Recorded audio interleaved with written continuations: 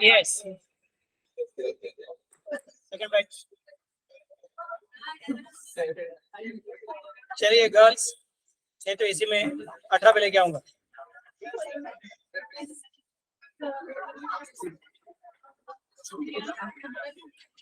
आइए मेरे साथ पार्टनरशिप के बारे में बात करेंगे। आपस में जिंदगी के बाकी के अलग अलग सब्जेक्ट पे बात करना बंद कर दीजिए। ओके, चलिए। Now we have already considered the point of sharing of profits. Let me switch on the projector first. चला चालू?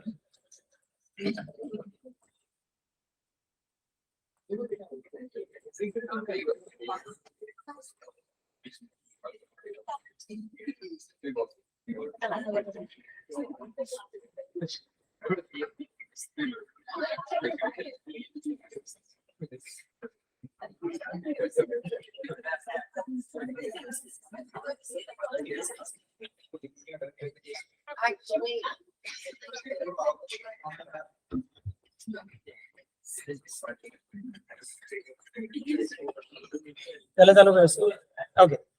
So we'll go ahead now with relation of partners to the third parties. अब तक हम लोग क्या discuss कर रहे थे? Relation of partner with each other. अभी बात करना क्या विथ थर्ड पार्टीज। चला स्टार्ट मैडम। आप नहीं, आपने पीछे वाले, तू पीछे मत देख। हाँ तू ही। Partner to be an agent of the firm, section 18. Now this is a very important section because it is talking about mutual agency. जब तुम आपस में बिहेव करते हो तो इसका मतलब एक दूसरे को फंसाने का नहीं, वही बात है। लेकिन जब तुम तीसरे के साथ काम करते हो तो तुमने तीसरे के साथ किए हुए काम की वजह से बाकी के पार्टनर्स बाइंड होंगे कि नहीं होंगे, is the question which we are interested in understanding. Okay. So partner to be an agent of the firm, subject to the provisions of this act, a partner is the agent of the firm for the purposes of the business of the firm. Analysis of section 18 says that you may recall partnership is a relationship between the parties who have agreed to share the profits of the business carried on by all or any one of them acting for all. Section 4. This definition suggests that any of the partners can be agent of the others. Section 18 clarifies his position by providing that subject to the provisions of the act, a partner is the agent of the firm for the purposes of the business of the firm. The partner indeed virtually embraces the character of both the principal and an agent. So far as he acts for himself and in his own interest in the common concern of the partnership, he may properly be deemed to be the principal. And so far as he acts for his partners, he may properly be deemed to be an agent. Second last bench. आगे वापस इस दुनिया में चलो। Okay. Come back from your dreamland. I am assuming that जो लोग आंखें खोल के बैठे हुए हैं वो शायद ड्रीमलैंड में नहीं है, और जो लोग आंखें बंद करके हेड डाउन करके बैठे थे वो शायद ड्रीमलैंड में थे। बट बाकी के लोगों के ऊपर मेरा जो विश्वास है, अजम्पशन है, वो गुड फेथ में है, उसको बैड फेथ में कन्वर्ट मत करो। ओके चलो ठीक है। Where I was, they have told you here, the partner indeed virtually embraces the character of both principal and an agent. So far as he acts for himself and in his own interest in the common concern of partnership, he may be deemed to be the principal. जब वो खुद के लिए नहीं तो खुद के फायदे के लिए काम करता है तो वो प्रिंसिपल जैसा काम करता है, लेकिन जब वो बाकी लोगों के लिए भी काम करता है तो in that case is working as an agent. मतलब क्या है? पार्टनर को काम के लिए जाने का था इनकम टैक्स ऑफिस में, तो वो सादे कार से जा सकता था, एसी कार से जा सकता था। समझ में कैसे बोल रहा हूँ? उबर ओला जो भी कुछ रहेगा उसके हिसाब से he could have gone for सादा वाला कार, ने तो एसी वाला कार, ने तो एसटी वगैरह का। तो he decided to go by AC car. We'll say that he is doing it as a principal. He is basically looking after himself.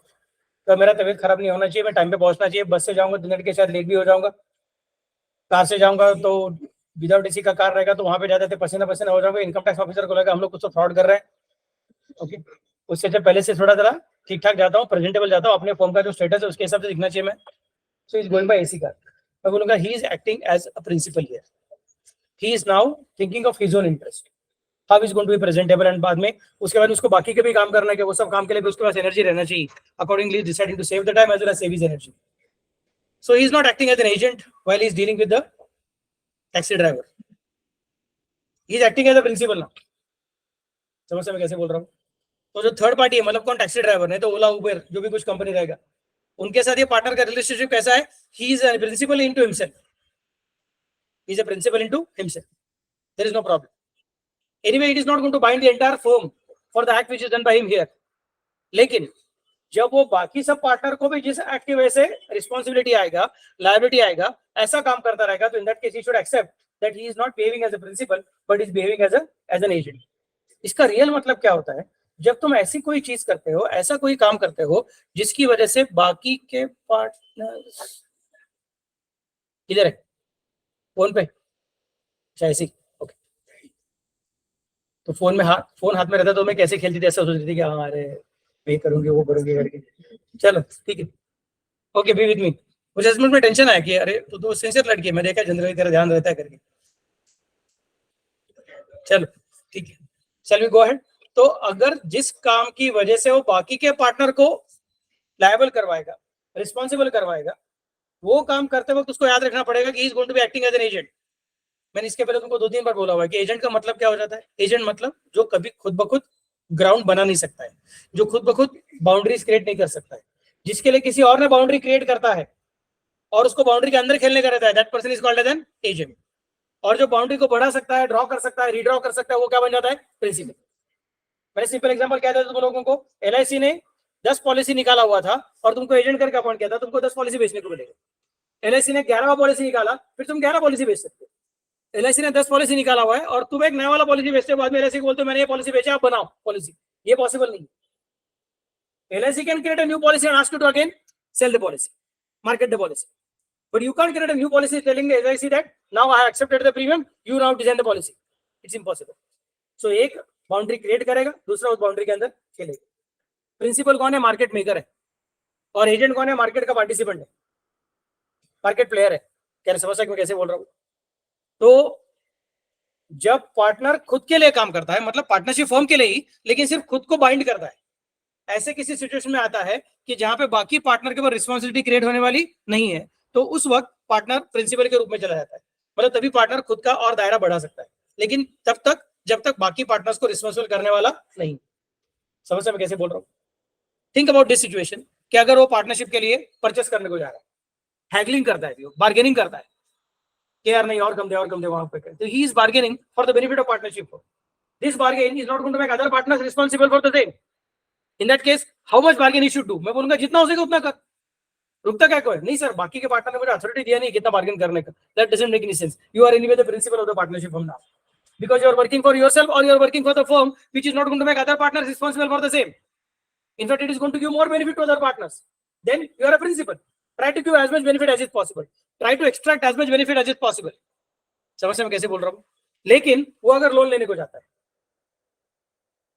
समझ में कैसे बोल रहा हूँ? वो अगर लोन लेने को जाता है, बैंक बोलते हैं कि इतना इंटरेस्ट, तो ये इंटरेस्ट का रेट बढ़ रहा है, ये एक्सेप्ट करने का कि नहीं करने का? He can not take the responsibility. He have to take permission from other partners, because now he is not only going to give benefit to the partnership firm of availability of cash, but is going to create a responsibility on the partnership firm and on other partners about higher rate of interest. Then he cannot assume that नहीं, अगर मैं ज्यादा bargain कर सकता था तो मैं ज्यादा रेट ऑफ इंटरेस्ट भी ले सकता हूँ. वहां पे तुम प्रिंसिपल हो, यहाँ पे तुम एजेंट हो, बिकॉज वहां पे you are working for the benefit of partnership firm. Here you are going to create responsibility of other partners. जहां पे तुम खुद का बेनिफिट, पार्टनरशिप का बेनिफिट के लिए काम करते हो, वहां पे तुम प्रिंसिपल जैसा काम कर सकते हो. मतलब तुम नए नए रूल्स क्रिएट कर सकते हो, मतलब तुम नए नए सिचुएशन को क्रिएट कर सकते हो. थर्ड पार्टीज के साथ बिहेव करने के लिए तुमको बार बार पूछने की जरूरत नहीं अपने आप को कि मैं पार्टनर का बाकी लोगों का परमिशन लूं कि नहीं लूं. It's okay, because here you are working number 1 for your benefit without causing any problem to other partners, without causing any extra responsibility to other partners then what they are already knowing. उनका responsibility बढ़ाए बिना अगर तुम अपना और form का फायदा बनवा दे रहोगे, in that case you are a principal, go on increasing enlarging the scope of business. But जब तुम ऐसा कोई काम करने वाले हो जहां पे फर्म का बिजनेस बढ़ रहा है कि नहीं बढ़ रहा है, फर्म का फायदा बढ़ रहा है कि नहीं बढ़ रहा है, उसके अलावा साथ में क्या हो रहा है, बाकी लोगों का रिस्पॉन्सिबिलिटी बढ़ रहा है, then you accept that you are not having unlimited authority, you are having limited authority, you are an agent. तो तुमको अभी सोचना पड़ेगा कि बाकी के लोग इसको हाँ बोलेंगे कि ना बोलेंगे, और शायद ना बोल सकते रहेंगे. तो it is better that I should not directly take the decision and afterwards ask for their ratification, but I should go for taking a permission from them. Get it approved and then do that. Otherwise, there is a chance that they will say you have gone beyond the implied authority of partner. Therefore, we are not responsible for the commitment which you have made. Then it becomes your personal commitment. फिर तुम्हारे गले का aunty बन जाएगा, वो difficult बन जाएगा. उससे अच्छा चुपचाप से ये एक्सेप्ट करो कि तुम कब प्रिंसिपल होते हो और कब एजेंट बनते हो. प्रिंसिपल कब? जब तुम फर्म का बेनिफिट के बारे में सोचते हो without increasing the responsibility of other partners. और एजेंट कब बन जाते हो? जब तुम फर्म का बेनिफिट सोचा नहीं सोचा अलग बात है, बट बाकी के पार्टनर का रिस्पॉन्सिबिलिटी बढ़ता है, तो then you are working as an agent. I hope it is clear all of you. Third party के साथ बिहेव करने के टाइम मेरे पास अनलिमिटेड अथॉरिटी है की नाही आहे, बाबांना विचारून सांगतो असं कधी म्हणायचं. आणि नाही करतो ना मी, करून टाकतो, काय प्रॉब्लेम, बाबा पैसे देतील, हे तुम्हाला कळलं पाहिजे. कळते मी काय म्हटलं ते? Okay. So section 18 clarifies this position by providing that subject to the provisions of the act, a partner is an agent of the firm for the purposes of the business of the firm. The partner indeed virtually embraces the character of both the principal as an agent, so far as he acts for himself and in his own interest in the common concern of the firm or common concern of the partnership. He may be properly deemed to be a principal. So far as he acts for his partners, he may properly be deemed to be as an agent. The principal distinction between him and a mere agent is that he has the community of interest with other partners in the whole property of the business and liabilities of the partnership, whereas an agent, as such, has no interest in either. The rule that the partner is the agent of the firm for the purpose of the business of the firm cannot be applied to all transactions and dealings between the partners themselves. It is applicable only to the acts done by the partners for the purposes of business of the firm. जो partnership के business के लिए किया जाता है उस act के लिए ये रूल अप्लाई करने का है. जो पार्टनरशिप के बिजनेस के लिए नहीं किया जाता है उस एक्ट के लिए ये रूल को अप्लाई करने का नहीं.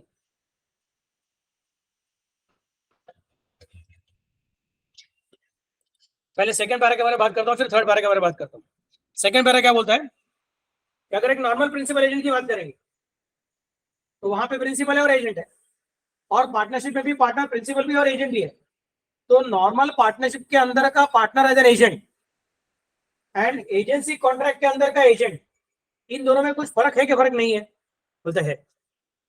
क्या फर्क है कि नॉर्मल एजेंसी कॉन्ट्रैक्ट के अंदर का जो एजेंट है उसको प्रिंसिपल के प्रॉपर्टी में, प्रिंसिपल के प्रॉफिट में, प्रिंसिपल के लॉसेस में कुछ भी शेयर मिलता नहीं है. उसको कमीशन मिलता है काम खत्म होके. उसका जो रेम्यूनरेशन है, उसका जो कंसिडरेशन है, उसका जो रिटर्न है, रिवॉर्ड है, that is in the form of commission. अगर सपोज, और वो भी pre determined commission, pre fix commission, कि इतना तक कमीशन आपको मिलने वाला, काम खत्म.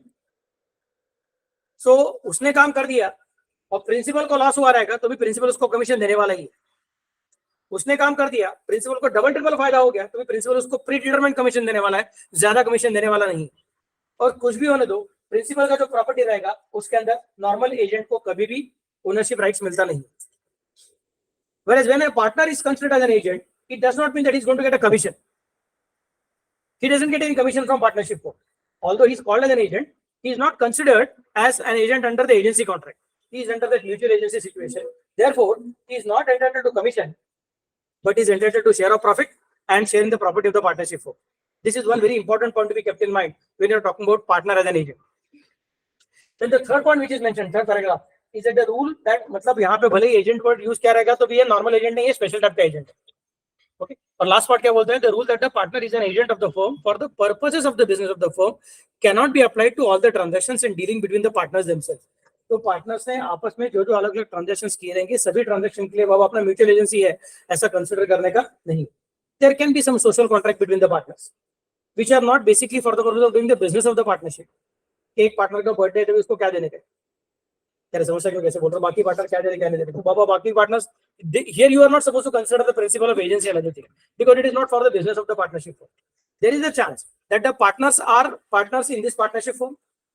Along with that, they are also having some other activities happening which are not a part of the business of the partnership firm. Then the principle of mutual agency, which is to be applied for their relationship within the firm, cannot be extended outside the firm because those things are not related to the business of the firm. समझ में कैसे बोल रहा हूँ? Let us take another example. That if I am considering my son as my partner, or my daughter as my partner, or my brother as my partner, so now I am having dual relationship. Number one, a relationship of a partner. Number two, a relationship of father-son or father-daughter or brothers. तो there is a chance कि I may consider कि ये मेरा mutual agency का relationship है, वो brother के relationship में लेके जाओ. बोलेगा नहीं सर वो अलग रिलेशनशिप है. हाँ, अगर वो ब्रदर भी है लेकिन साथ में पार्टनर भी है और तुम जिसके बारे में बात कर रहे हो वो तुम्हारा पार्टनरशिप बिजनेस का पार्ट है, तो ब्रदर ब्रदर वाले रिलेशनशिप को भूल जाओ और म्यूचुअल एजेंसी के रिलेशनशिप को कंसिडर करो। समझ मैं कैसे बोल रहा हूँ? फादर सन वाले रिलेशनशिप को भूल जाओ, फादर डॉटर वाले रिलेशनशिप को भूल जाओ और म्यूचुअल एजेंसी की बात करो।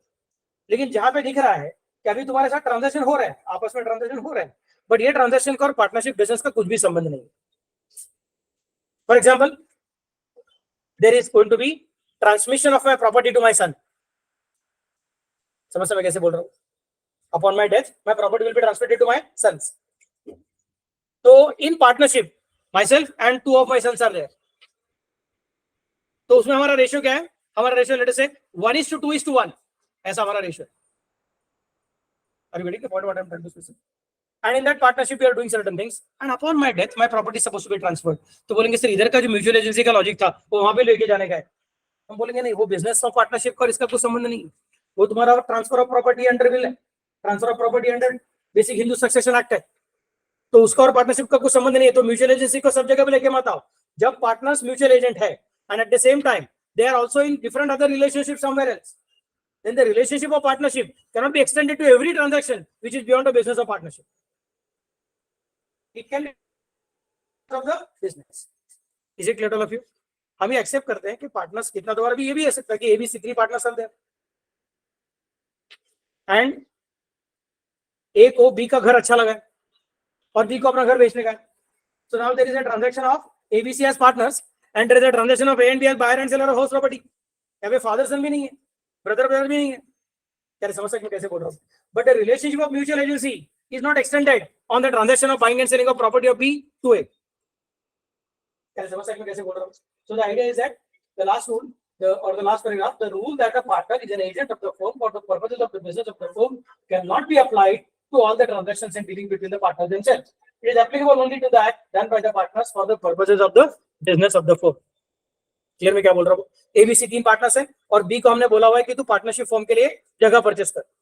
तो यहाँ पे म्यूचुअल एजेंसी का कॉन्ट्रैक्ट आने वाला है और बी ए का प्रॉपर्टी परचेस करने वाला है खुद के लिए। यहाँ पे म्यूचुअल एजेंसी का कॉन्ट्रैक्ट बीच में आने वाला नहीं है, वहां पे सिर्फ इंडियन कॉन्ट्रैक्ट एक्ट आने वाला है। क्या समझ सकते कैसे बोल रहा हूँ? What idea now? क्लियर?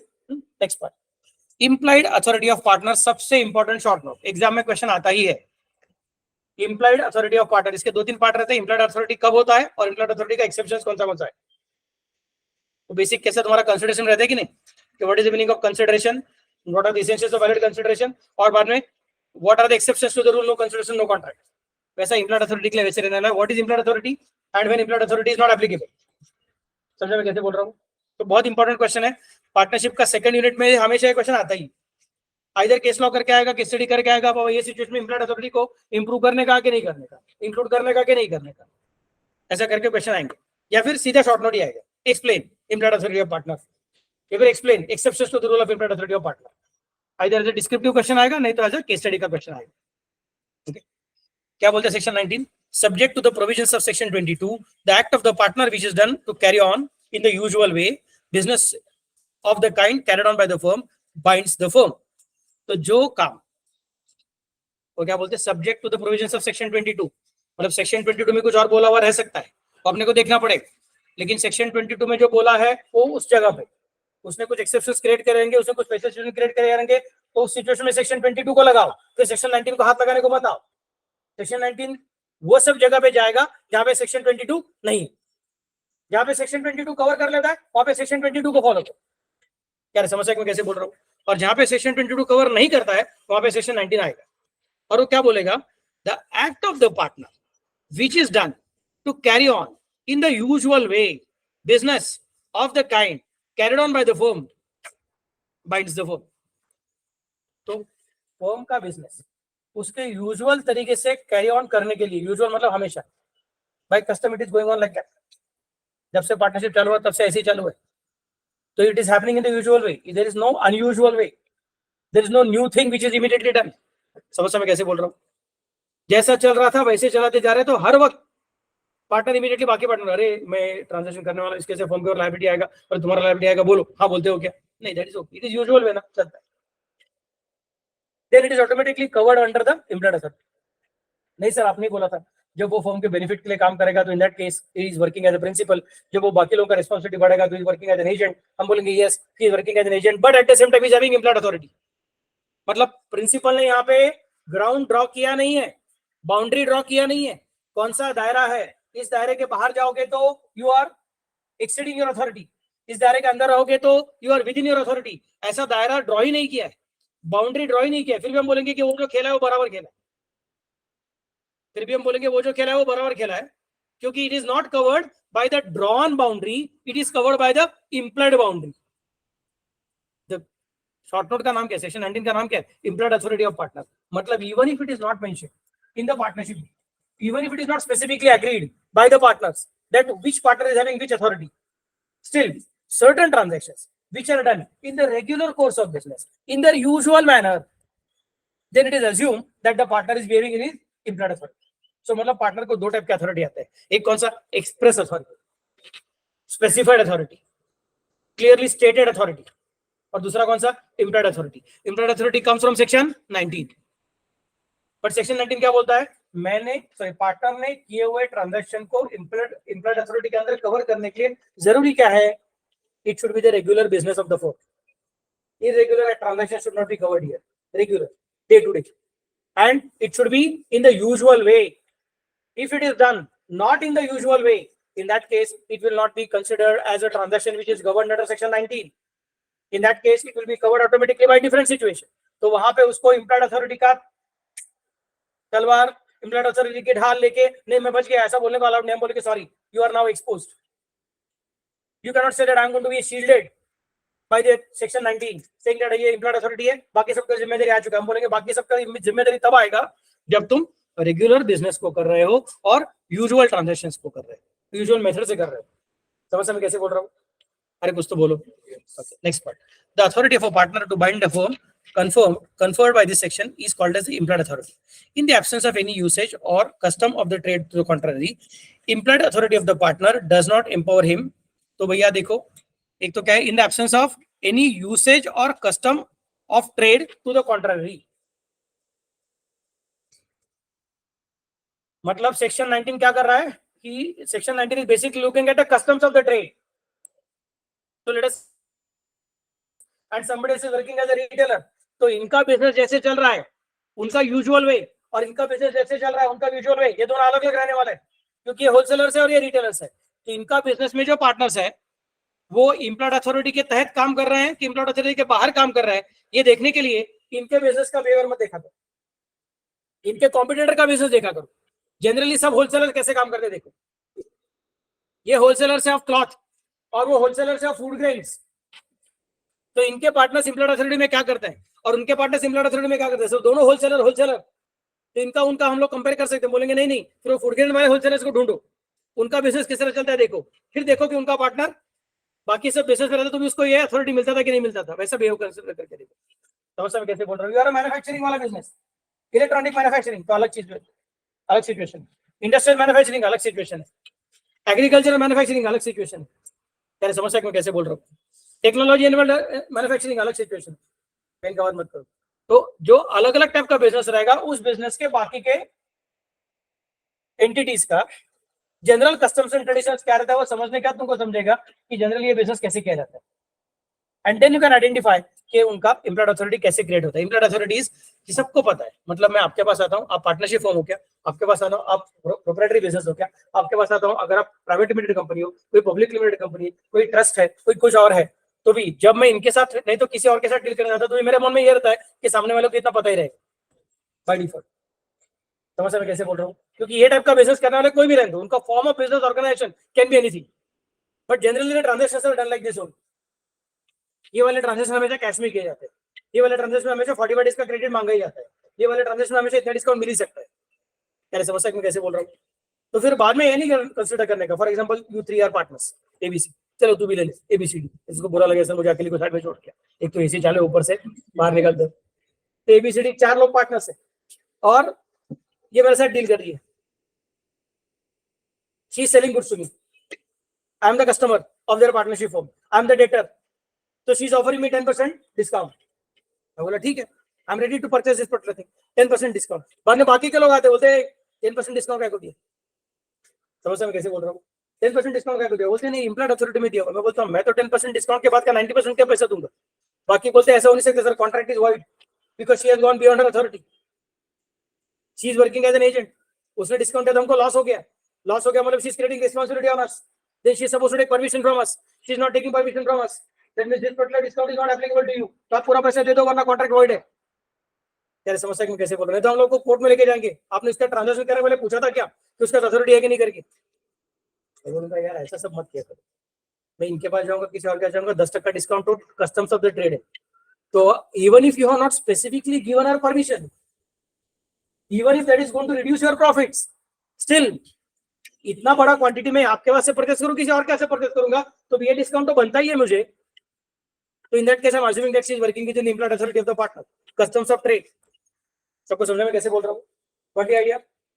तो मुझे वो हर बार हर चीज पूछने की जरूरत नहीं है, फिर वो मुझे बोलते हैं लेकिन सर आपको कंपलसरी कैश में पेमेंट करना पड़ेगा, और ये वाले ट्रांजैक्शन इतने बड़े बड़े ट्रांजैक्शन कभी कैश में होते नहीं है, गवर्नमेंट भी अलाउ करता नहीं, मैं बोलूंगा now this is something which is dangerous, something fishy is happening, she is asking for cash, तो मैं कैसे बोल रहा हूँ, she is not asking for cheque in the name of partnership form, तो फिर भी मैं उसको कैश देता हूँ, बाद में बाकी के पार्टनर बोलते हैं हमको पैसा मिला हुआ नहीं है, अभी डिफिकल्टी आ सकता है, समझ सकते कैसे बोल रहा हूँ, यूजुअल कोर्स ऑफ बिजनेस रहेगा तो अच्छी बात है, यूजुअल कोर्स ऑफ बिजनेस के बाहर रहेगा तो then there is a complicated thing, तो यूजुअल कोर्स ऑफ बिजनेस एक नहीं देखने के लिए क्या चेक करने का, कस्टम्स ऑफ ट्रेड चेक करने का, कस्टम्स ऑफ ट्रेड मतलब उनके पार्टनरशिप फर्म का हिस्ट्री देखने का, क्या उसका जरूरत नहीं, that also can be helpful, but if I'm dealing with you for the first time, then how am I supposed to know what is the history of your partnership firm? Then I'm supposed to consider the customs of the trade of the entire segment in which you are working. सबको समझा मैं कैसे बोल रहा हूँ, what the idea? Okay, फिर क्या बोलते हैं वो, in the absence of any usage or custom of trade to the contrary, the employed authority of the partner does not empower him, लेकिन फिर भी अगर customs of trade के हिसाब से कुछ बोला हुआ नहीं है, मतलब customs of trade ऐसे है नहीं, तो इम्प्लॉयड अथॉरिटी का ताकत यूज करके पार्टनर ने कुछ भी चीज बाकी लोगों के गले पे डालने का कोशिश करने का नहीं।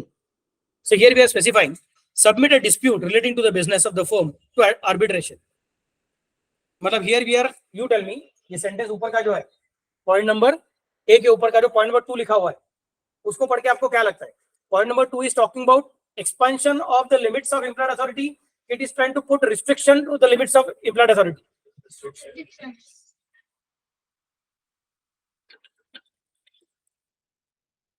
पहले हमने क्या बोला, इम्प्लॉयड अथॉरिटी का दायरा बना दिया और वो क्या कर दिया, वेग रखा हुआ है, बाउंड्री परफेक्ट ड्रॉ किया नहीं, उसके हमने क्या बोला कि look at customs of trade, और बोला कि उसके हिसाब से इम्प्लॉयड अथॉरिटी ऑटोमेटिकली डिफाइन हो जाता है।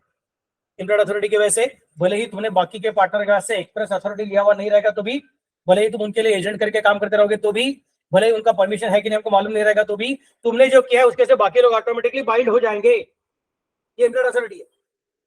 इम्प्लॉयड अथॉरिटी की वजह से बाकी पार्टनर्स को प्रेशर आता है, लेकिन फिर इम्प्लॉयड अथॉरिटी का प्रिंसिपल यूज करके पार्टनर को कौन सी चीजें यूज करना अलाउड नहीं है उसका लिस्ट हम बना रहे हैं। भैया हमने आपको इम्प्लॉयड अथॉरिटी दे दिया, लेकिन याद रखो इम्प्लॉयड अथॉरिटी के अंदर ये लोग बैठे नहीं है। कौन कौन लोग बैठे नहीं है? Submit a dispute relating to the business of the firm to arbitration. Arbitration म्हणजे काय? मध्यस्थ। आर्बिट्रेटर म्हणजे मध्यस्थ, जो तुम्हाला तंटा निवारण करण्याची मदत करतो, भांडण संपवण्यासाठी मदत करतो। सर वो तो कोर्ट का जज बोलते हैं ना। यस, अगर तुम कोर्ट में जाओगे तो it will be considered judicial intervention. समझ में कैसे बोल रहा हूँ? और you are taking the route of legal consequences. उसमें गड़बड़ क्या होती है? तुमको कंपलसरी कोर्ट में जाना पड़ता है, उसका प्रोसेस फॉलो करना पड़ता है, उसमें तारीख पे तारीख आ सकती है, सामने वाले का से कुछ अलग रूल्स, अपने पास से कुछ अलग रूल्स, फिर वो कुछ प्रूफ देगा नहीं देगा, फिर उसका लॉयर अपना लॉयर, खर्चा बहुत सारा बढ़ते जाता है। तो बहुत सारा बार क्या हो जाता है कि एग्रीमेंट करते वक्त, थर्ड पार्टी के साथ एग्रीमेंट करते वक्त, उस एग्रीमेंट के अंदर एक स्पेशल क्लॉज डाला जाता है, उसको बोलते हैं आर्बिट्रेशन क्लॉज। मतलब अगर सपोज एक डिस्प्यूट हो गया, हम आपके ऐसे कुछ परचेस कर रहे हैं, सेल कर रहे हैं, फिर हम आपके साथ कुछ सर्विस कॉन्ट्रैक्ट कर रहे हैं, लंबा वाला कॉन्ट्रैक्ट है, 3 साल का कॉन्ट्रैक्ट है सर्विस का वगैरह करके, तो उस कॉन्ट्रैक्ट में एक तो आपके पास है, नहीं तो मेरे पास है, ब्रीच ऑफ कॉन्ट्रैक्ट हो गया, ऐसा दूसरे को लगता है, और उसके से डिस्प्यूट के लिए हो जाता है। तो डिस्प्यूट को सॉल्व करने के लिए डायरेक्टली कोर्ट में जाने का नहीं, हम लोग आज ही अपॉइंट करके रखते हैं आर्बिट्रेटर को। आर्बिट्रेटर अपना सीए इंस्टीट्यूट का भी उसका स्पेशल कोर्स है, आर्बिट्रेशन एंड कंसिलिएशन करके सेपरेट अपना एक कोर्स चलता है, वो पीक्यूसी है, मतलब पोस्ट क्वालिफिकेशन कोर्स है। अब सीए बनने का वो कोर्स एक्स्ट्रा कर सकते हैं।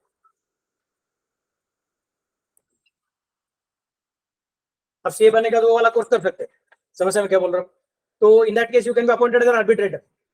तो वो पार्टनरशिप फर्म और थर्ड पार्टी, इनका जो कॉन्ट्रैक्ट चालू है, उस कॉन्ट्रैक्ट के अंदर उन्होंने क्लॉज डाल के रखा हुआ है कि in the event of any dispute, the dispute will be referred to mister so and so, or so and so partnership form or so and so particular chartered accountant or something like that.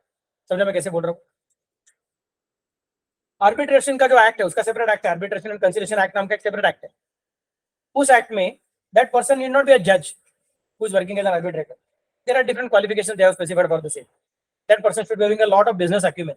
उसका basic intention रहना चाहिए लोगों के साथ झगड़ा न लगे, बल्कि लोगों का झगड़ा सॉल्व करे और इस तरह से सॉल्व करे कि किसी एक पार्टी को ज्यादा फायदा ना हो जाए बल्कि बिजनेस का फायदा हो जाए। इन जनरल अलग अलग पॉइंट्स। तो आर्बिट्रेटर करके कंसेप्ट आता है। जनरली आर्बिट्रेटर कौन है ये एग्रीमेंट करने के पहले ही आइडेंटिफाई करते हैं, दोनों पार्टी डिसाइड कर रखते हैं कि आर्बिट्रेटर कौन रहना चाहिए। Generally they try to find out an arbitrator who is not related to each other, third party completely रहना चाहिए। मेरा भाई आर्बिट्रेटर, तो इन दैट केस तुम बोलोगे सर क्या मतलब है, कब झगड़ा हुआ तो आप ही जीतोगे क्योंकि आपका भाई हो। वो तो नहीं वो हमारा भाई, लेकिन हमारे दोनों का झगड़ा चालू है, तो जैसे उससे कुछ फर्क पड़ता नहीं, आप बीच में प्यार करना चालू करते हो, हमको क्या मालूम, दिखाने के लिए झगड़ा करते रहोगे। We don't know exactly how it works. So arbitrator generally पहले से क्या होता है, आइडेंटिफाइड रहता है, दोनों पार्टी पहले एग्री करते हैं कि किसको आर्बिट्रेटर करके अपॉइंट करने का। जो पार्टनरशिप फर्म, जो चार्टर्ड अकाउंटेंसी फर्म, जो लॉयर्स का फर्म इंपार्शियल करके उन्होंने अच्छा रेपुटेशन डेवलप किया रहता है, जनरली उनको आर्बिट्रेशन के लिए कंसिडर करते हैं। समझ में कैसे बोल रहा हूँ? They help the businesses to get out of the difficulties without involving lot of time of court proceedings. तो वो सब चीजें पूरा करने के बाद अगर सब झगड़ा हो ही गया तो फिर in that case you can go to the arbitrator. Sometimes it may happen that arbitrators are not defined, but arbitrator will be decided at the time of dispute, ऐसा करके बोल के रखा रहता है। मतलब तूने क्लॉज डाल के रखा रहता है कि हम लोग डायरेक्टली कोर्ट में नहीं जाएंगे क्योंकि उसमें बहुत सारा टाइम जाता है, हम लोग आर्बिट्रेटर के पास जाएंगे। कौन आर्बिट्रेटर है अभी क्या को डिसाइड करने के बाद में देख लेंगे। तो अभी एबीसी नाम का, एबीसीडी 4 लोगों का पार्टनरशिप फॉर्म है, उनका एक्सवाइजेड के साथ कुछ तो ट्रांजैक्शन है और उस ट्रांजैक्शन में बोल के रखा हुआ था कि अगर in the event of dispute between XYZ and ABCD it will be matter will be taken to arbitrator. और अपनी हीरोइन ए बैठी हुई है, एक्सवाइजेड सुनते नहीं है, तो डायरेक्टली बोलते आनंद सर आप आर्बिट्रेटर बन जाओ। मैं बोलता हूँ हाँ ठीक है ना, चलेगा ना, मैं आर्बिट्रेटर बन जाता हूँ, तुम्हारा प्रॉब्लम सॉल्व करके देता हूँ। प्रॉब्लम सॉल्व करके दिया, बाद में बीसीडी बोलते अरे यार ये कैसे कर दिया तुमने प्रॉब्लम सॉल्व, बराबर नहीं है। मैं बोलता हूँ मैं तो बाबा देखो I have taken maximum care that nobody should be unnecessarily adversely impacted जितना हो सके। बोलते लेकिन सर आपको आर्बिट्रेटर करके अपॉइंट किसने किया? बोलते आपके पार्टनर ने किया। बोलते सर हमने किधर परमिशन दिया था? मैं बोलता अरे इम्प्लॉयड अथॉरिटी ऑफ पार्टनर। बोलते नहीं सर इम्प्लॉयड अथॉरिटी का रिस्ट्रिक्शन है कि unless in the absence of any usage of customer trade and to the contrary. हाँ लेकिन जिस बिजनेस में आप काम कर रहे थे, जिस बिजनेस में एक्सवाइजेड काम कर रहे हैं, उस बिजनेस में पार्टनर डायरेक्टली इंडिपेंडेंटली आर्बिट्रेटर को अपॉइंट करता है, ऐसा कस्टम रहेगा तो my appointment is still with in employed authority. But if it is not a custom of that particular trade, then my appointment is not within employed authority. Then my appointment will be considered as invalid. So my judgment or my arbitration proceedings, whatever I have completed, they will not be binding on others. समझ में कैसे बोल रहा हूँ? So partner को बाकी सब लोगों को बाकी सब लोगों के बिहाफ पे आर्बिट्रेटर अपॉइंट करना अलाउड है कि अलाउड नहीं है? बाय डिफॉल्ट एम्प्लॉयड अथॉरिटी में अलाउड नहीं है। Next, open a banking account on behalf of the firm in his own name.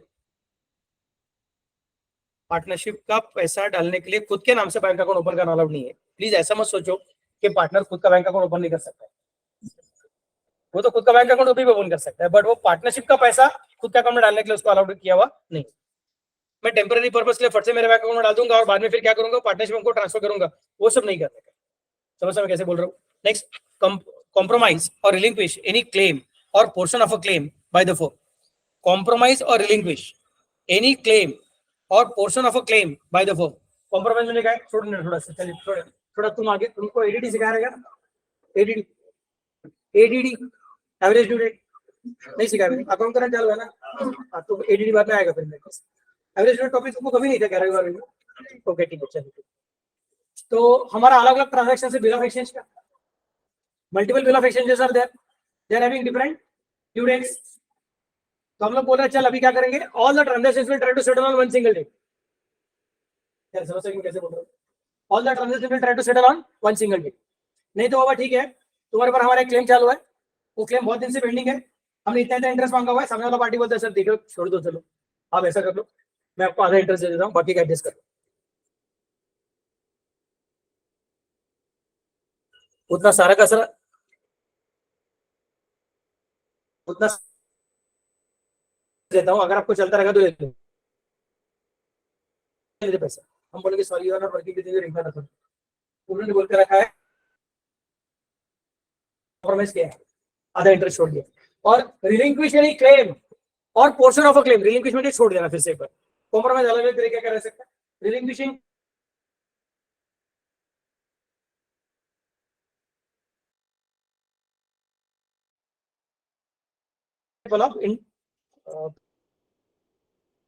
बाकी कहा झालं एक मिनिट मध्ये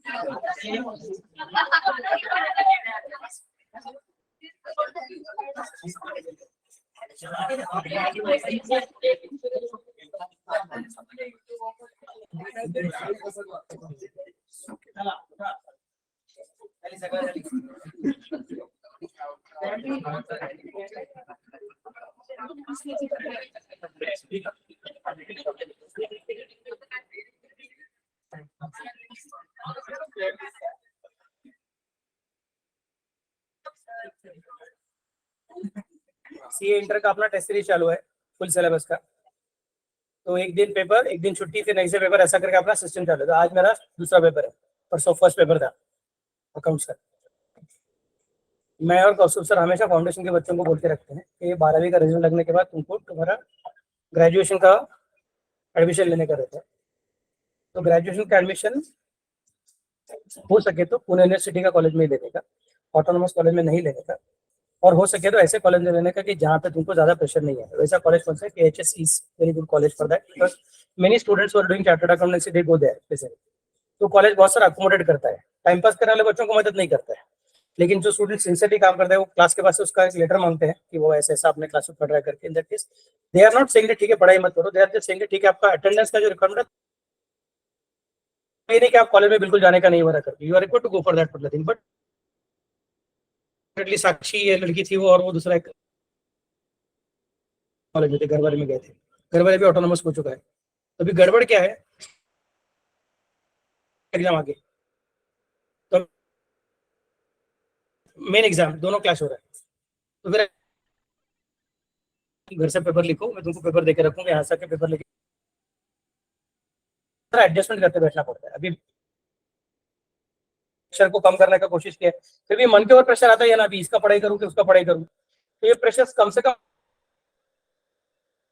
जिंदगी में चाहिए कितनी बार करने का अपने को, और कितने अटेम्प्ट में करने का, तो उसके लिए वो सब प्रेशर कम करने का कोशिश कर। समझा मैं कैसे बोल रहा हूँ? तो make it a point that you are not taking irrational decision, you are just going to O grade in your final exam. For that purpose you should get continuous support from the college. और तुम्हारा absent ही रहेगा तो what happens ultimately? College is also going to give marks for that. तो उधर अपना pressure कम से कम आने का कोशिश करना चाहिए। समझा मैं क्या बोल रहा हूँ? Hey, चल, let us go to our employed authority. What is happening in employed authority?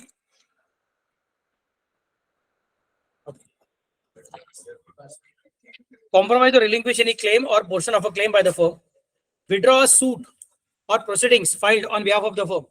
Firm ने जो केस चालू करके हो गया है, फर्म ने जो केस ऑलरेडी फाइल करके हो गया है, वो केस फर्म के बिहाफ पे खुद ब खुद कैंसिल करवाना, वापस लेना is not allowed.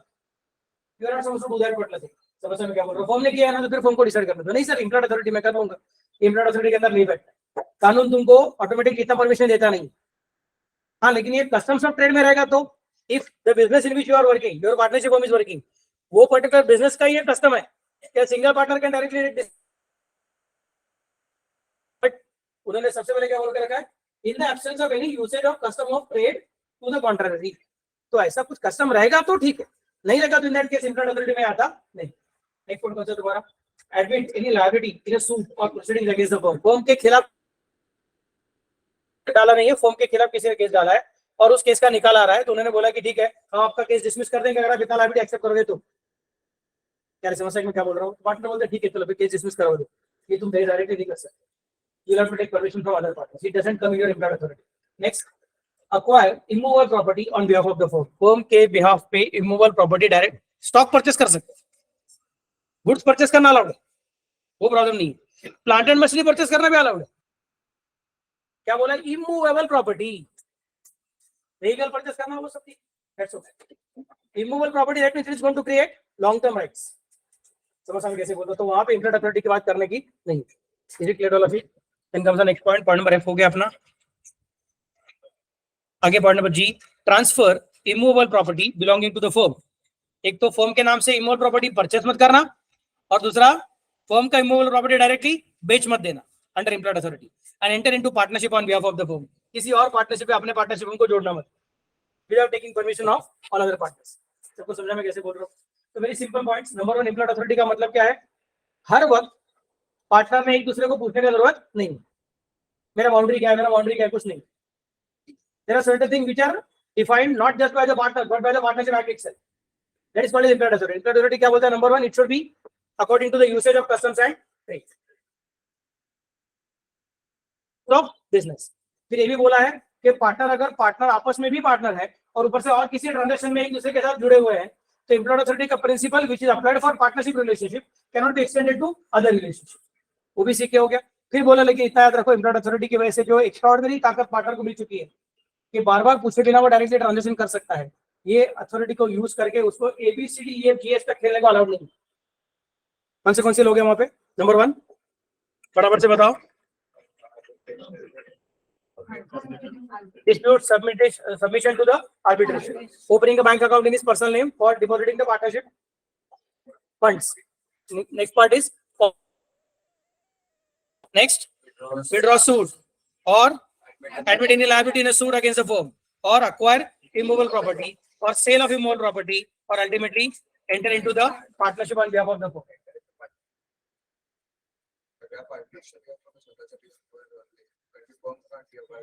Yeah. So under the partnership म्हणजे आम्ही सगळे तुमच्या पार्टनरशिपचे partners. Yes. He can make his own partnership, provided it is not competing business. That will be defined in the main contract. Okay. Mode of doing the act to bind the firm. In order to bind a firm, an act or instrument done or executed by the partner or other person on behalf of the firm shall be done or executed in any other manner, expressing or implying an intention to bind the firm. पहला point क्या बोलता है? In order to bind the firm, मतलब ultimately हमने जो decision लिया है उस डिसीजन की वजह से पार्टनरशिप फर्म, फुली गोला मत खेलो, बी विद मी, तो दिखता है मुझे इधर से, मतलब अच्छे से दिखता है। तो क्या तुम्हारा क्या, नहीं तो क्या कर रहे वो? हाँ टिक टैक तो और भी कुछ तो रहता है ना, ये एस कट करो फिर तेरे नाम से मेरा नाम कट कर दिया, फिर क्या कुछ तो बचता है वैसा कुछ रहता है ना, क्या क्या बोलते उसको? फ्लेम्स मत करो।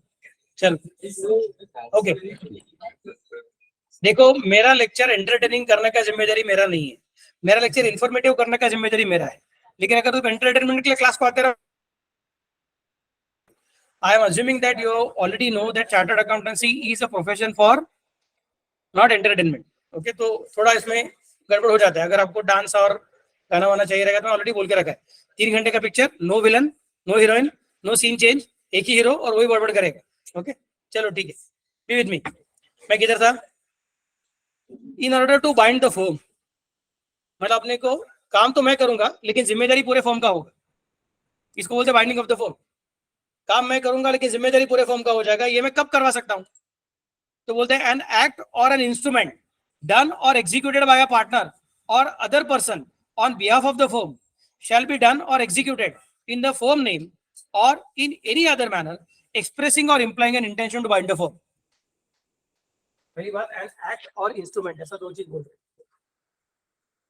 What is the meaning of act or instrument?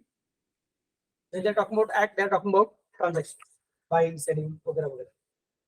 When they are talking about instrument, they are talking about bill of exchange, promissory note, checks वगैरह वगैरह। समझ में कैसे बोल रहा हूँ? तो चेक पार्टनरशिप फॉर्म ने ड्रॉ किया हुआ है, अगर तुमको बोलते हैं कि अभी पार्टनरशिप हमने ऑनर करना पड़ेगा, तो in that case what are the precautions to be taken? तो सबसे पहले क्या बोलता है कि पार्टनर ने चेक दिया था और फर्म ने उसको पूरा करना पड़ेगा। पार्टनर ने बिल ऑफ एक्सचेंज एक्सेप्ट किया था और फर्म ने उसको ऑनर करना पड़ेगा। ये करने के लिए सबसे पहली बात क्या है? It should be in the name of firm. तो अगर एबीसीडी का पार्टनरशिप फर्म है और ए के ऊपर बिल ड्रॉ किया हुआ है तो फर्म के ऊपर जिम्मेदारी है नहीं। मैं कैसे बोल रहा हूँ? ऊपर ड्रॉवर का नाम रहता है, सॉरी ऊपर तुम्हारा ड्रॉइंग का नाम रहता है, नीचे ड्रॉवर का नाम रहता है, फिर उधर एक्सेप्टेड का पॉइंट रहता है। तो मैंने बोला कि मिस्टर ए नहीं तो मिस ए नहीं तो मिसेस ए, जो भी कुछ रहेगा वो पे मी और मैं order sum of rupees so and so after 90 days for the value receive, ऐसा कुछ तो बोल के रखा हूं और वो ए ने साइन किया हुआ है, एक्सेप्टेड, साइन किया। But for so and so partnership में ऐसा स्टैम्प मारा हुआ नहीं। और ड्रॉ करते वक्त मैंने ये नहीं बोला कि the bill is drawn on home, I am saying that bill is drawn on the partner and the partner is accepting the same. In that case it's a personal bill, it is not a responsibility of partnership firm, it can not bind a partnership firm. पहला जिम्मेदारी क्या है? जब तुम goods purchase करने को जा रहे हो तब तुम क्या बोलते हो? बिल किसके नाम से बना? मेरा।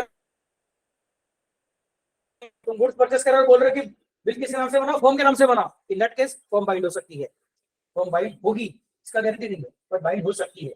बाइंड होने के लिए पहला कंडीशन क्या है कि the transaction should be in the name of firm, the instrument should be signed or instrument should be prepared executed in the name of firm, तब वो बनने वाला है, वरना बनने वाला नहीं है। सबको समझा मैं कैसे बोल रहा हूँ?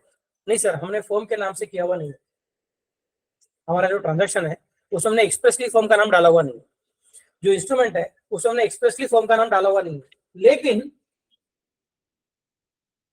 और in any other manner expressing or इंप्लाइंग intention to binder, आपको सब तो भले ही स्पेसिफिकली नाम डाला हुआ नहीं है तो भी इट कैन बी इम्प्लाइड, और मैं परचेस कर रहा हूं और पेमेंट हमारी फर्म करने वाली है, क्लियरली बोल के रखा हुआ है, समझ सकते वैसे बोल रहा हूँ, क्लियरली बोल के रखा हुआ है कि payment will be paid by the firm, although it is drawn upon me, it will be paid by the firm. Are you getting the point? It is clearly expressed, not in the name of firm, but it is mentioned that it will be ultimately transferred to the firm. In that case, हम बोलेंगे कि ठीक है firm को bind करना possible है. Number one, it should be in the name of firm. Or number two, at least there should be either express or implied behavior, which can be understood by every party in the transaction that it is ultimately going to go to the firm. समझ मैं कैसे बोल रहा हूँ sir? अभी इसका क्या मतलब है? एग्जाम्पल, हमारा कौन सा बिजनेस है? हमारा बिजनेस है लेट अस से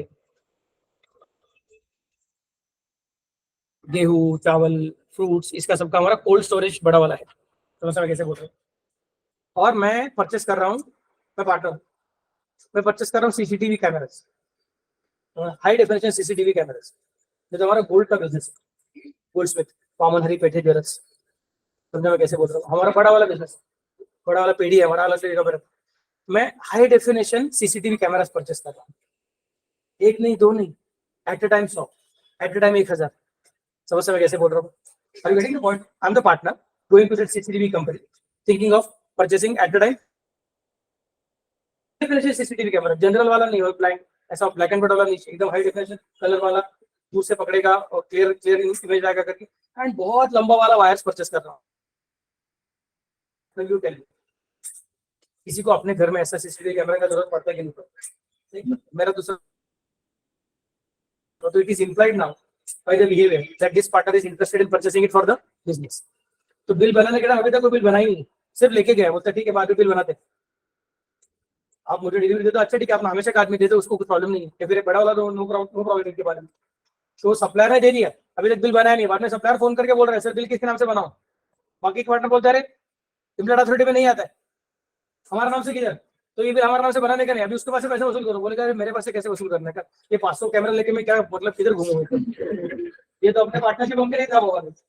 So in that case, it can be either expressed or implied by the behavior. It is basically for the partnership form. In that case, it can be binding the form. Otherwise, it cannot bind the form. सबको समझा मैं क्या बोल रहा हूँ? हाँ, वो एक ही कैमरा लेके जा रहा है तो शायद बाकी के पार्टनर बोल सकते हैं वो भाई नहीं हमको नहीं चाहिए, समझा मैं कैसे बोल रहा हूँ? Got the idea? Here, next part. At the very outset, you should understand what is meant by implied authority. You have to just read every partner is an agent of the firm for the purposes of business thereof. Consequently,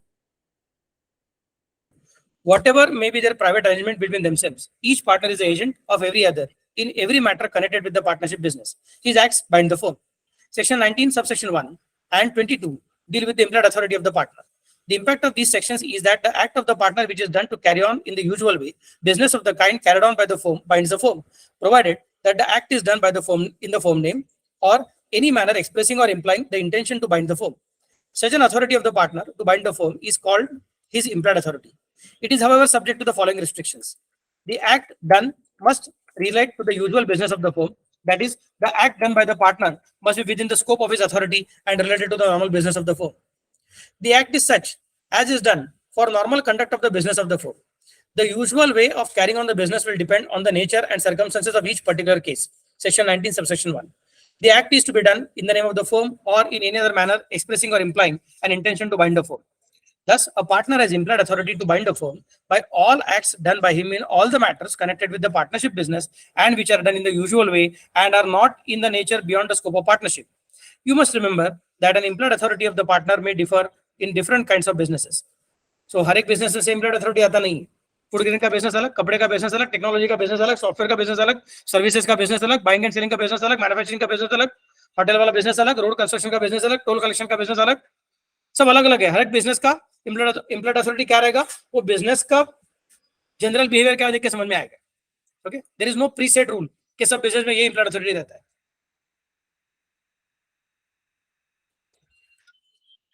example number 5, X a partner of a firm of solicitors. Firm of solicitors है मतलब lawyer लोग हैं लोग. Okay, borrows money and executes a promissory note in the name of the firm without authority. Other partners are not liable to the note as it is not a part of the ordinary solicitors business of solicitor to draw, accept or endorse negotiable instrument. However, it may be usual for one partner of the firms of bankers to draw, accept and endorse the bill of exchange on behalf of the firm. तो अगर suppose तुम्हारा lawyer का form है और एक partner क्या करता है, नेगोशिएबल इंस्ट्रूमेंट ड्रॉ करके एंडोर्स करवा के नहीं तो डिस्काउंट वगैरह करवा के लेता है. समझा मैं कैसे बोल रहा हूँ? बोल के यार तू डायरेक्टली कैसे कर सकता है, तेरा बिजनेस है ही नहीं. तेरा बिजनेस कौन सा है? Giving legal consultancy. तेरा बिजनेस कौन सा है? Raising of money. तेरा बिजनेस नहीं. समझ रहे मैं कैसे बोल रहा हूँ? तो तेरे पास इम्प्लॉयड अथॉरिटी के अंदर आने वाली चीज नहीं है. लेकिन वही अगर तुम्हारा बिजनेस बैंकिंग बिजनेस है तो बैंकिंग बिजनेस में raising of money, distribution of money, accepting deposit, lending the money is a basic course of business. तो वहां पे out of multiple partners, one of the partner is doing that activity, it will be still covered as implied authority of the partner. If the partnership is of general commercial nature, he may pledge. अभी ये बहुत important चीज है. अभी यहाँ पे तुम employed authority को डिफाइन कर रहे हो. अब तुम इम्प्लॉयड अथॉरिटी के बाहर नहीं जा रहे हो, एक्सक्लूड नहीं कर रहे हो, बल्कि एग्जांपल्स दे रहे हो अपने कि ये सब चीजें इम्प्लॉयड अथॉरिटी के अंदर आता है. क्या बोला हमने? If a partnership is of general commercial nature, he may pledge or sell the partnership property. He may buy goods on account of partnership. He may borrow money or contract debts and pay debts on account of the partnership. He may draw, make, sign, endorse, transfer, negotiate, and procedure to be discounted. Procure to be discounted. Promissory notes, bill of exchange, checks, and other negotiable papers in the name and on account of the partnership. Section 19 subsection 2 contains the acts which are beyond the implied authority of the partners. सबसे पहले क्या बोला हमने? अगर तुम्हारा general contract है, general business है, partnership का जनरल ट्रेडिंग बिजनेस है, तो गुड्स को परचेस करना, गुड्स को बेचना, ये इम्प्लॉयड अथॉरिटी के अंदर आता है. डेटर्स को कलेक्ट करना, क्रेडिटर्स को पेमेंट करना, ये इम्प्लॉयड अथॉरिटी के अंदर आता है. पार्टनरशिप के प्रॉपर्टी को परचेस करना, पार्टनरशिप के प्रॉपर्टी को बेचना, ये इम्प्लॉयड अथॉरिटी के अंदर आता है. सर ये गड़बड़ हो गई, आपने तो बोला था इमूवेबल प्रॉपर्टी परचेस नहीं करने का, उधर क्लियर वर्ड था इमूवेबल प्रॉपर्टी, यहाँ पे क्या बोला है? प्रॉपर्टी. और प्रॉपर्टी ऑफ द पार्टनरशिप को मतलब हमने देखा था, अगर याद रहेगा तो उसके अंदर स्टॉक भी है, डेटर्स भी है, कैश भी है, व्हीकल्स भी है, फर्नीचर भी है. पुराना फर्नीचर पड़ा हुआ खराब हो गया है, बाकी के पार्टनर पूछ के बाद में बेचता हूँ, ऐसा तो जरूरत नहीं है. समझ रहे कैसे बोल रहा हूँ? Other partners are not available. बोलेगा ठीक है मुझे डिसीजन लिया हुआ है, I am a working partner, बाकी लोग स्लीपिंग पार्टनर्स है, ये फर्नीचर का भी अपने को तकलीफ हो रहा है. We have prepared this furniture for the purpose of desktops. Now our entire system is working on laptops. समझ में कैसे बोल रहा हूँ? तो अपने को इसका जरूरत नहीं है. इतना बड़ा बड़ा फर्नीचर वो फिर साफ करने को भी डिफिकल्ट आता है. Number of people who can sit is also getting reduce. उससे हम नया सिस्टम डिजाइन करने वाले कर सकता हूँ. पूरा नया नेटवर्क करता हूँ, पुराने सब वायर निकाल देता हूँ, उसके लिए वायरलेस नेटवर्क करता हूँ. तूने परमिशन लिया क्या? नहीं, जनरल लेक्चर है तो चलता है, उसकी कोई जरूरत नहीं. तो सब पुराना वायर को क्या कर दिया? बेच दिया. अरे किसको भी पूछ के बेचा तूने? But it's a property of partnership, I can sell it. There is no need for me to ask for that property because it is a general nature. समझ में कैसे बोल रहा हूँ? और जनरल नेचर के लिए तुम्हारा नॉर्मल ट्रांजैक्शन है, उसके लिए तुम बिल ऑफ एक्सचेंज मतलब सेटलमेंट करने के लिए बिल ऑफ एक्सचेंज, सेटलमेंट करने के लिए बिल ऑफ एक्सचेंज ड्रॉ करना, एक्सेप्ट करना, एंडोर्स करना, डिस्काउंट करना, ये तुम्हारे जनरल नेचर में आता है. पैसा रेज करने के लिए म्यूचुअल अकोमोडेशन, वो सब झंझट नहीं करता. क्या समझ क्यों कैसे बोल रहे हो? Are you getting the point? Because that is not covered as a part of natural activities of the business. Is it clear to all of you? Next, extension and restriction of partners implied authority, section 20. According to section 20, the partners in a firm may, by contract between the partners, extend or restrict the implied authority of the partners. मतलब section 20 के तहत partners एक दूसरे की implied authority को बढ़ा भी सकते हैं या फिर कम भी करवा सकते हैं. So implied authority दिया किसने? कॉन्ट्रैक्ट पार्टनरशिप एक्ट ने. और उसको बढ़ाने का ताकत हमने फिर से किसको दे दिया है? एग्रीमेंट को देकर रखा हुआ. क्या हमारे पार्टनरशिप में हम ये अज्यूम करेंगे कि ये वाला टाइप का ट्रांजैक्शन होता है तो पार्टनर कर सकते हैं. So actually speaking, it is not implied authority, it is an express authority, but many times it may so happen that instead of giving a specific right, they may specify that all these type of things, तो automatically implied authority उसमें create हो जाता है. Notwithstanding any such restriction, any act done by a partner on behalf of the firm which falls within his implied authority binds the firm, unless the person with whom he is dealing knows of the restriction or does not know or believe that partner to be a partner. बहुत important point है, underline करके रखो, star mark करके रखो.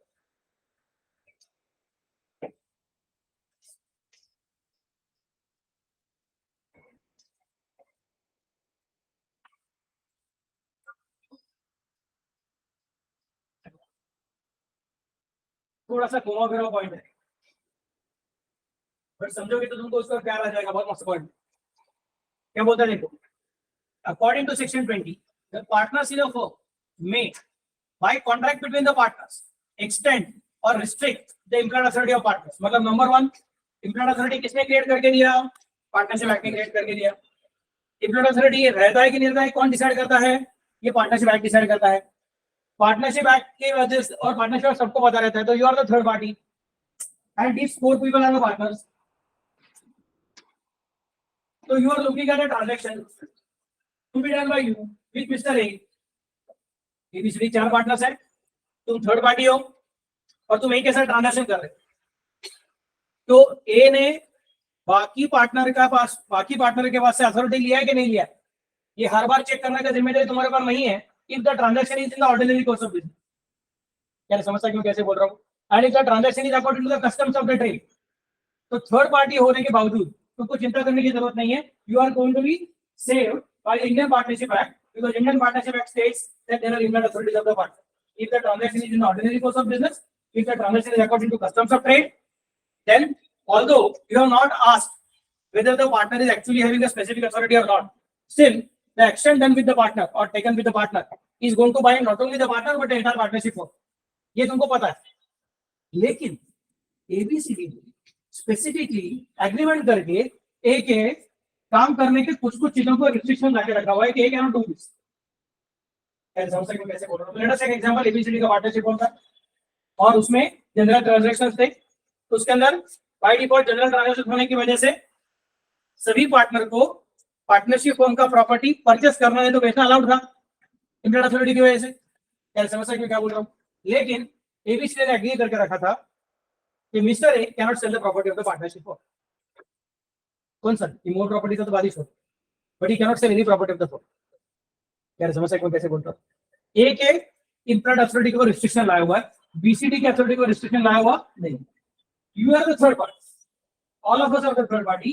We are dealing with the partnership form of ABCD, where the rights of the implied authority of A are restricted. So, partnership act ने create किया implied authority का boundary इतना बड़ा है.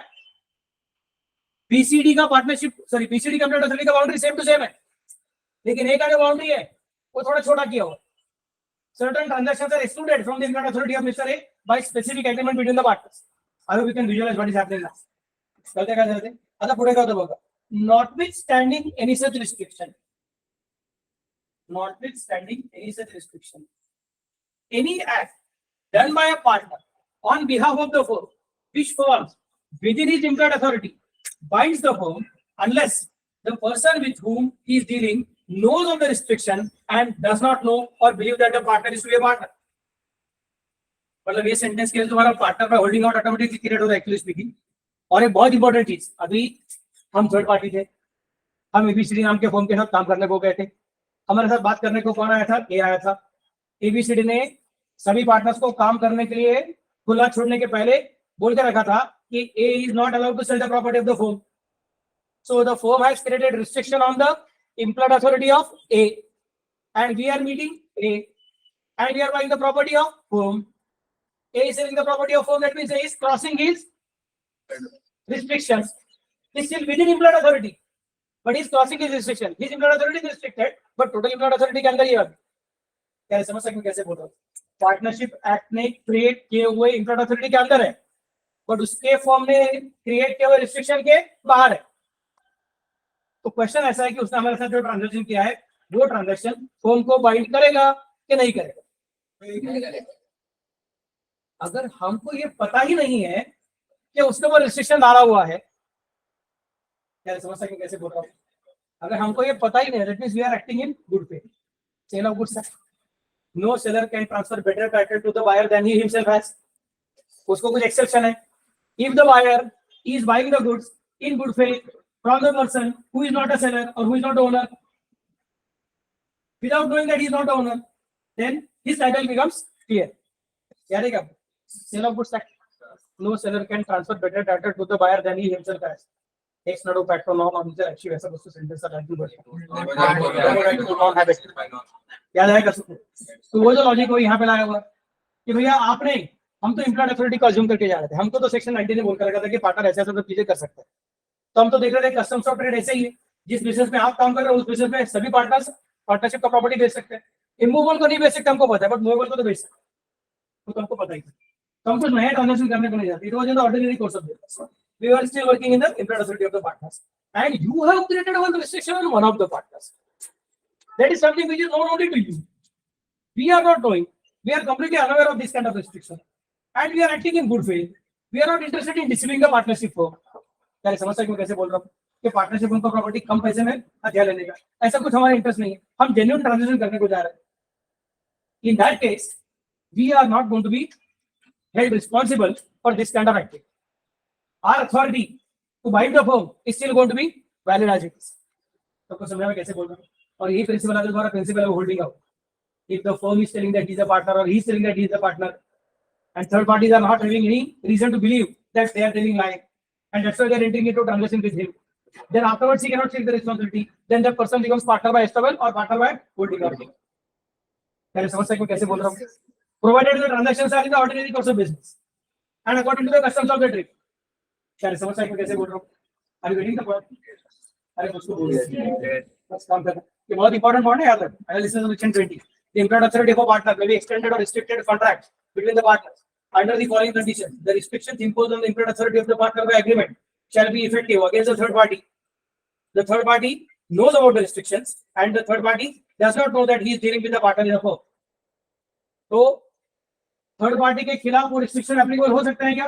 हो सकते हैं. Only if the third party is aware. If the third party is unaware, then restrictions are not applicable to the third party transaction. Third parties are absorbed of the difficulty. Third parties can still impose that the transaction must be fulfilled by the entire partnership firm. Clear all of you? अरे कुछ तो बोलो. Yes. अगला point. A partner example दिया उन्होंने. Example number 6.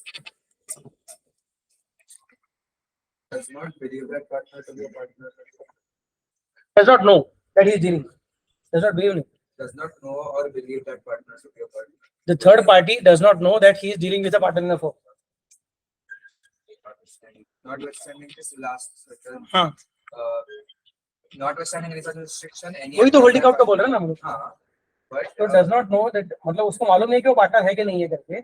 मतलब वो assume कर रहा है कि तू जो बोल रहा है मैं पार्टनर हूँ, तो मैं अज्यूम करके पार्टनर है, तो इसके से partner by stable partner holding out create होता है ना. does not believe that partner to be a partner मध्ये ते restriction लागत नाही म्हणजे काय होतं.